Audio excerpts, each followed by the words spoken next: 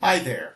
I'm Peter, enrolled agent at Copperline Tax in Peoria, Arizona. Here it is the end of February in 2026, and we've prepared about 100 tax returns so far for 2025. And a lot of our clients are still kind of confused on how the no tax on overtime deduction really works.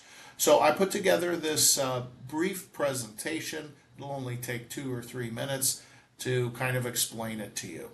First of all, it's not no overtime tax on all overtime. It's limited to $12,500 worth of your overtime if you're single, or $25,000 if you're married filing joint.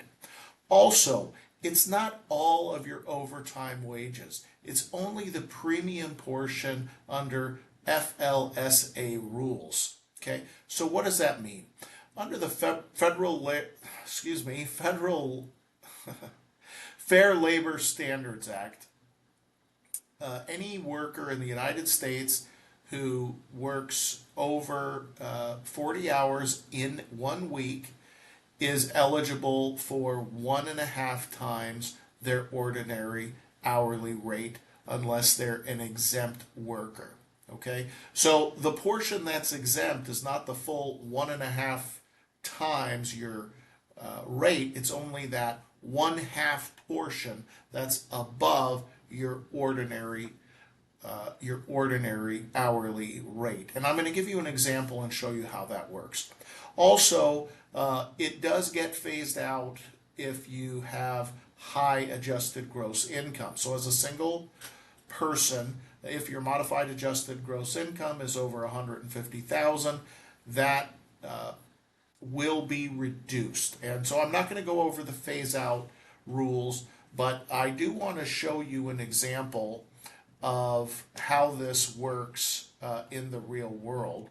So let's take a look at one example here. This is a spreadsheet where I'm showing you a laborer, and this is what their pay stub probably looks like.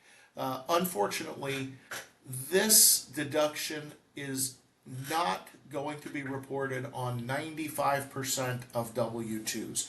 IRS will require it, but not until the 2026 W-2s come out. So for 2025, you're probably going to have to figure it out yourself unless you're very lucky and your employer provides you with the deduction. But I've dealt with, in fact, the largest employer here in the state of Arizona isn't reporting it. So you're going to have to look at your year-end pay stub to figure it out. Here's a laborer that we did. They made $18.50 an hour. If you look at their year-end pay stub, you can see they worked 964 plus hours and made $17,847 in wages. In wages for regular wages. But they also had some overtime, $3,195. However, not all of their overtime is eligible for the deduction. Like I said, they made $27.75 for every hour that they worked under overtime. However, they only get the difference between these two. So in our case, that would be the $27.75 minus $18.50. So $9.25 out of all of these wages is eligible for this deduction. So one thing I could do is I could just do a little math here, and I can say $9.25 times 115 hours. Their actual deduction is going to be $1,065. Another really easy way to do this for most workers, assuming you get one time and a half for your overtime, you just take your overtime wages, divide it by 3, and that's your deduction. Okay.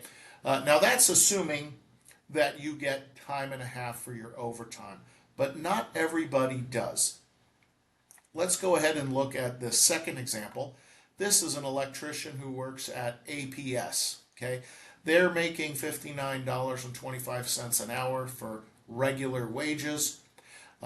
They get 1,614 hours during the year, so they made $94,987 of regular wage earnings. But when we added it all up, they actually got $177,000 paid to them on their W-2, and they were going, wow, look at that. I made almost $85,000 in overtime. None of that should be taxed, right? Unfortunately, that's not the case. You see, one thing, if I look at this $103.69 that he was making for overtime, well, he's one of the lucky people who has a great job and pays him 1.75 times his ordinary rate. So not time and a half, but time and 3/4. So in order for me to figure out how much of his overtime is deductible, I'm first going to have to figure out what overtime would be under the Fair Labor Standards Act. And so I have to do a little math. So I'm going to take his ordinary rate times 50%.